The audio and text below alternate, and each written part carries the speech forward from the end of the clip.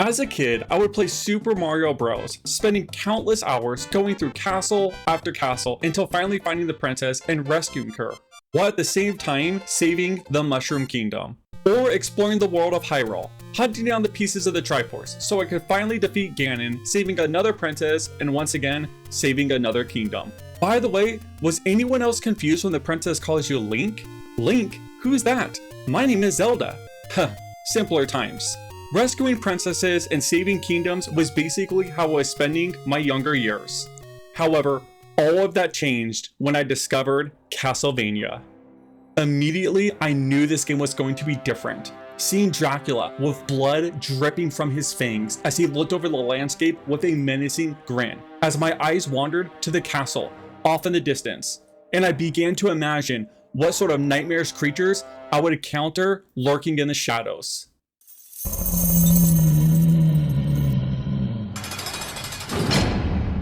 Though the box art had something else that drew my attention, something that filled me with courage. The hero. He looked like Conan the Barbarian. Picturing Conan facing off against Dracula was something that sounded too good to pass up.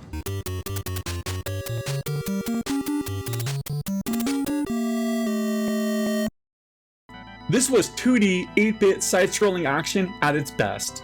Not only that, but the game was filled with horror icons. Zombies, mummies, hunchbacks, hell, it even had Frankenstein's monster.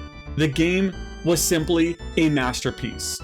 In fact, it is so timeless that the franchise would continue on for decades, even transcending into different genres, or in some cases, helping create new ones.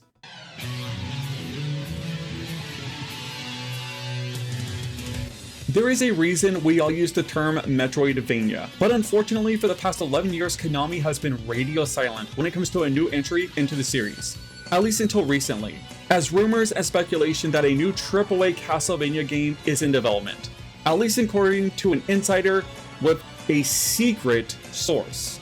A miserable little pile of secrets!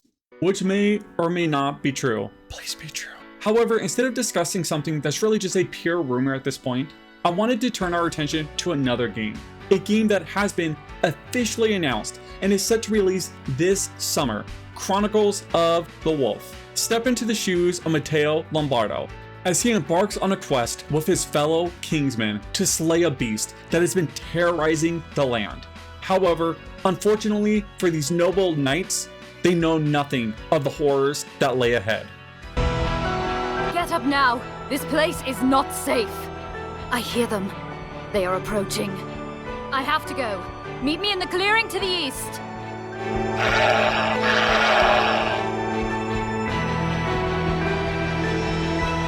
As Matteo comes to his senses, recovering from an ambush, he discovers that he is the sole survivor, surrounded by his fallen comrades, seeing their corpses mauled and brutally ripped apart, murdered by the beast of Jevadon, a legendary monster that has been terrorizing the land and has already slain hundreds. And if things couldn't get any worse, the corpses that haven't been already completely destroyed start to rise up as the undead and attack him. What a great opening. The atmosphere is set, perfectly matching that feeling of dread I got as a kid when I first saw Dracula on the CastleVania cartridge. Not to mention, within mere moments on gameplay, we're already facing zombies, strange bat-like creatures, and skeletons. Plus, as we roam through this dark forest, you can see the beast hunting us from the shadows.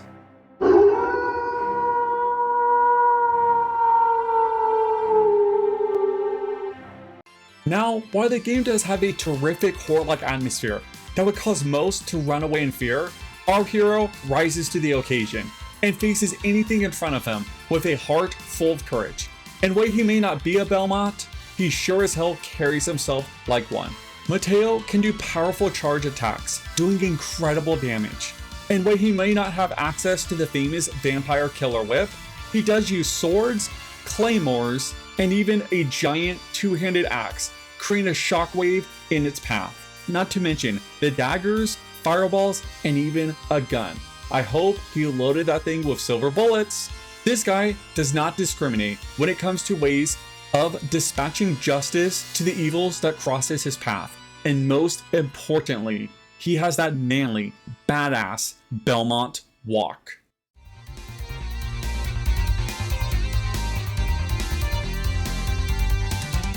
Does this look like a love letter to old school Castlevania or what? I mean, this game has even taken elements from Simon's Quest. As you travel the world, you'll discover different castles and mansions, each with their own map, secrets, and challenges. Not to mention, the game's going to have a day and night cycle, different villages we come across where we can meet allies and merchants who will be able to assist us in our quest. It feels as if these guys just get it.